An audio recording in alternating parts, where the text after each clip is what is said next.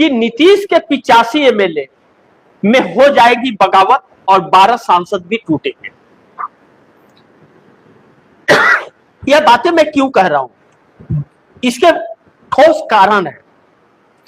ठोस कारण है कि जिस तरह से इस सरकार, सम्राट की सरकार ने बिहार के अंदर बुलडोजर चलाना शुरू किया है। एक तो नीतीश कुमार के नेताओं को मंजूर नहीं सम्राट चौधरी, नापसंद है, पसंद नहीं है। 70 विधायक तो 68 विधायक तो दैनिक भास्कर के हिसाब से ही, रिपोर्ट के अनुसार ही बागी थे उसी समय जब नीतीश कुमार समर्थन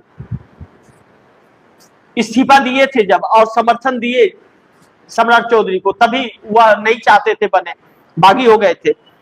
लेकिन नीतीश के कहने पर देना पड़ा। और अब जिस तरह से सम्राट चौधरी लोगों के घरों पर, दुकानों पर बुलडोजर चला रहे हैं, यह कौन लोग हैं? बड़े लोग नहीं है, बड़े बड़े नहीं है, बड़े बड़े बिल्डिंगों का जो आदेश निकाला था ले दे के सलट गया मामला। लेकिन एक छोटे लोग जो हैं, जो छोटे छोटे दुकान पटरियों पर लगाते हैं, यह अफोर्ड नहीं कर पाते। यह 500 रुपया, 600 रुपया, 700 रुपया रोज का कमाते हैं और पूरा परिवार मिलकर के वह दुकान चलाता है। लिट्टी चोखा, पराठा, रोटी, सब्जी बना करके बेचते हैं पटरियों पर, पटरी के साइड में। और जो गरीबों की बस्ती है, मिट्टी का मकान है, झोपड़ी है, चाहे ईंट का ही मकान है, सिंगल ही मकान है, बिल्डिंग तो है नहीं, गुजर बसर बस कर रहे किसी तरह से बना करके इस तंगी में। पूरा गांव का गांव आप उजाड़ते रहे। गांव में भी सरकारी जमीन है क्या? पटरियों पर सबको हटाया जा रहा है, बाकी जगहों पर हटाया जा रहा है। यह जो किया जा रहा है, क्यों किया जा रहा है?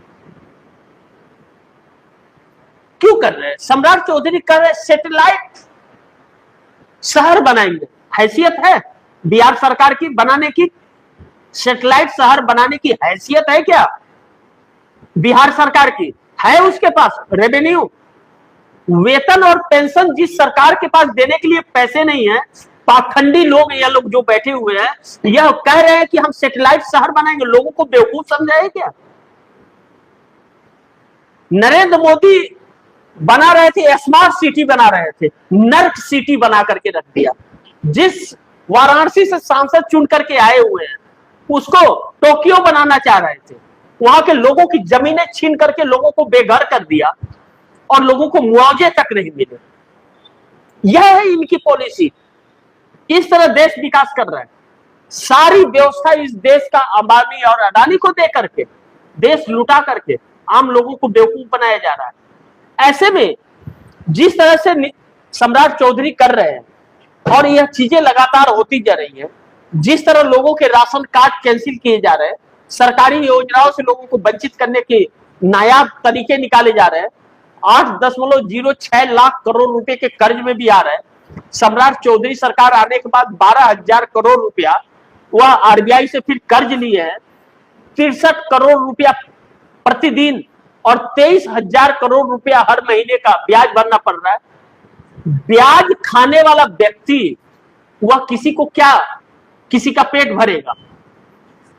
कर्जखोर व्यक्ति कभी उबरता नहीं है, न तो उबरने देता है, और एक कर्ज को चुकाने के लिए दूसरा कर्ज लेता है।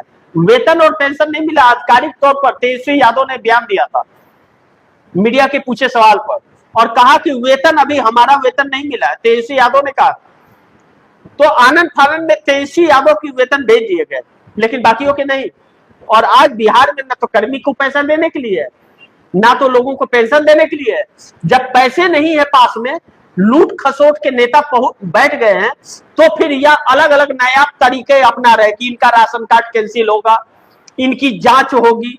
अरे पहले अपनी तो जांच कराओ चोरों।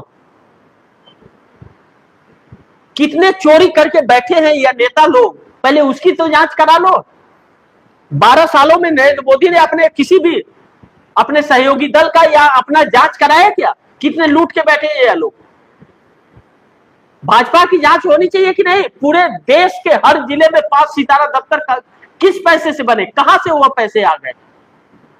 सबसे दौलतमंद पार्टी भाजपा कैसे इतने कम समय में बन गई?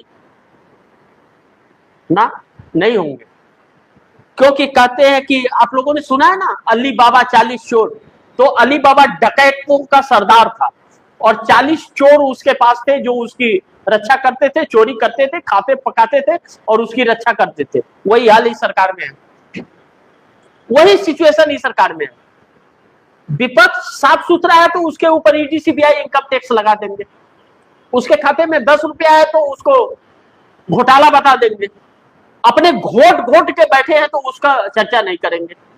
तो ऐसे में अब जो जेडीयू के नेता हैं, जो नहीं चाहते थे कि भारतीय जनता पार्टी की सरकार बने, और जो सम्राट चौधरी को सीएम नहीं चाहते थे, और जेडीयू के कार्यकर्ता भी नहीं चाहते थे, अब वह सक्रिय हो रहे। अगर नीतीश कुमार ने कोई फैसला नहीं किया तो फिर बगावत हो जाएगी, जैसे पिछले दिनों हुआ था।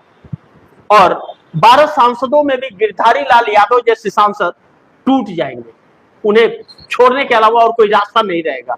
क्योंकि इन लोगों के पाप के भागीदार वह क्यों बने जिसने कुछ किया ही नहीं। ऐसे में नीतीश कुमार के लिए भी संकट ही पैदा होता हुआ नजर आ रहा है। आगे क्या होगा देखना महत्वपूर्ण होगा।